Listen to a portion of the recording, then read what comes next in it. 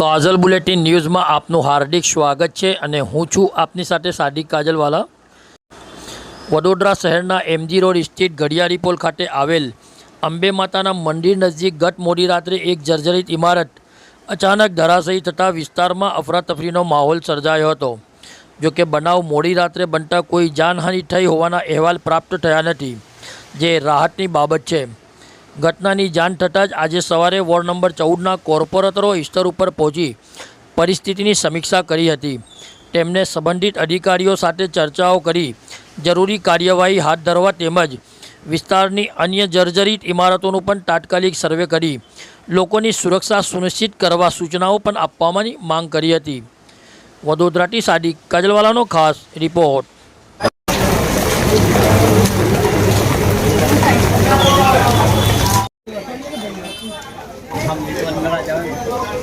જાય તો વાંધો નહીં, પણ એવું છે બધા ઊભા છે એના છતાં પણ આવું થયું ઘટના કરીએ અને એવું નહીં એકને જવા દેશો।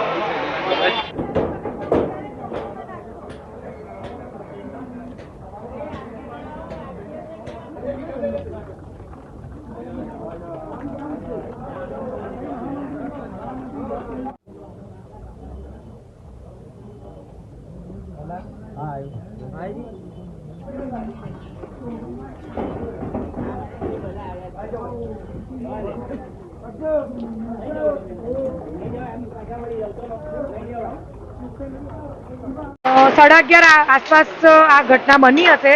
મને 10-15 મિનિટમાં ફોન આવ્યો। મારું ઘર અહીં પાછળ જ છે અને આવીને પહેલાં તો આવતા પહેલાં જ ફાયર બ્રિગેડવાળાને ફોન કરી દીધો, MGVCL ફોન કરી દીધો। અમે આવ્યા ત્યારે એ લોકો પણ આવી ગયા હતા।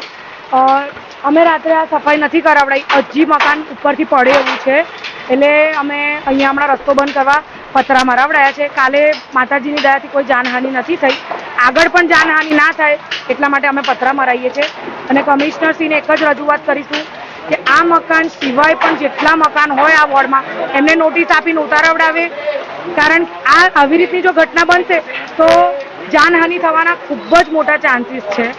એટલે હું એક જ અમે કરીશું રજૂઆત કે દરેક 800 જેટલા મકાનો છે વોર્ડ 14માં, એ દરેકને નોટિસ આપીને જેટલા પડે એવા લાગતા હોય એને ઉતારવડાવી દેજો। જો આ ઘડિયાળી પોળ અંબા માતાની મંદિરની જગ્યા છે અને અહીંયા લોકો અવર જવર એટલે 24 અવર્સ અવર જવર રહે છે ને વર્ષો જૂની જગ્યા છે, જે અહીંયા લોકો અવર જવર ના કરે એના માટે હમણાં અહીંયા પતરા મૂકવાની વ્યવસ્થા અમે હાથ ધરી લીધી છે।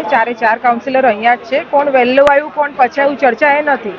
સૌપ્રથમ લોકોની સુરક્ષિત જીવ બચાવો એ જવાબદારી મહાનગર સેવા સદનના જેટલા બી કોર્પોરેટર ચૂંટાયેલા છે એમની છે। તે સંદર્ભમાં અમે બધા અહીંયા જ ઊભા છે અને માલિક અને ભાડુઆત બંનેને રિક્વેસ્ટ કરી છે કે બને એટલી જલ્દી આને બંધ કરો, જગ્યા ખાલી કરો, કોઈ પડે ના અહીંયાથી। આ બનાવ રાત્રે 11 થી 2 વચ્ચેનો બનાવ છે અને આ ઘટના ઘટી છે। એ સંદર્ભમાં અહીંયા જે જૂની જર્જરિત બિલ્ડિંગો થઈ ગઈ છે તાત્કાલિક ધોરણે ને પાડવા માટે અમે અપીલ કરી છે। આ ઘડિયાળી પોળ અંબા માતાની મંદિરની બાજુની ગલી છે। ઘડિયાળી પોળ ઠાકોર સાડીવાળાની એક્ઝેક્ટ સામેનો વિસ્તાર છે।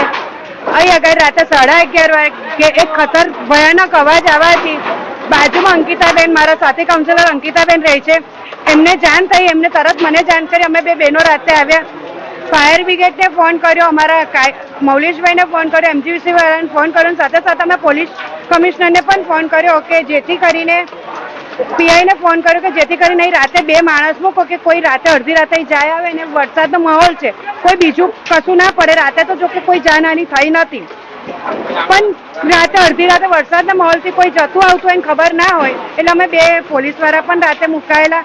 અને અત્યારે તમે જોઈ શકો છો કે અહીં આગળ અમારા વોર્ડ તરફથી પતરા ને એ બધું અમે મારા કે જેથી પણ મારા જનતાને એક જ રિક્વેસ્ટ છે કે માતાજીનું મંદિર છે, ભલે તમે માતાજીની આસ્થા છે, માતાજીના દર્શન કરવા આવો, પણ આજે દર્શન કરવા મેઇન રોડેથી આવવાનું દરેક જનતાને એક જ અપીલ કરું કે મેઇન રોડેથી આવવાનું આજનો દિવસ તમે થોડા દિવસ માટે રાખો કે જેથી કરીને કઈ વરસાદના માહોલમાં કંઈ બીજું થાય નહીં. વોર્ડ નંબર 14 જૂના શહેરમાં આવે છે. ત્યાં જર્જરિત ઇમારતો સૌથી વધારે છે. તો પાલિકા ફક્ત નોટિસો ચોંટાડીને જતી રહી છે. જ્યારે આ બિલ્ડિંગો આવી પડે છે, દિવાલો પડે છે, ત્યારે કાઉન્સિલરો દેખાતા હોય છે. તો એ પહેલા આ કામ નહીં કરવું જોઈએ પાલિકાને. પાલિકા તો નોટિસ આપે છે, સાથે સાથે નોટિસ ચોંટાડી ચોંટાડી દેવાથી નોટિસ ચોંટાડે છે, સાથે સાથે જૂની ઇમારતો છે એમાં ભાડુઆત અને ઘર માલિકના ઝઘડા ચાલતા હોય છે, એના કારણે કામ અટકતું હોય છે.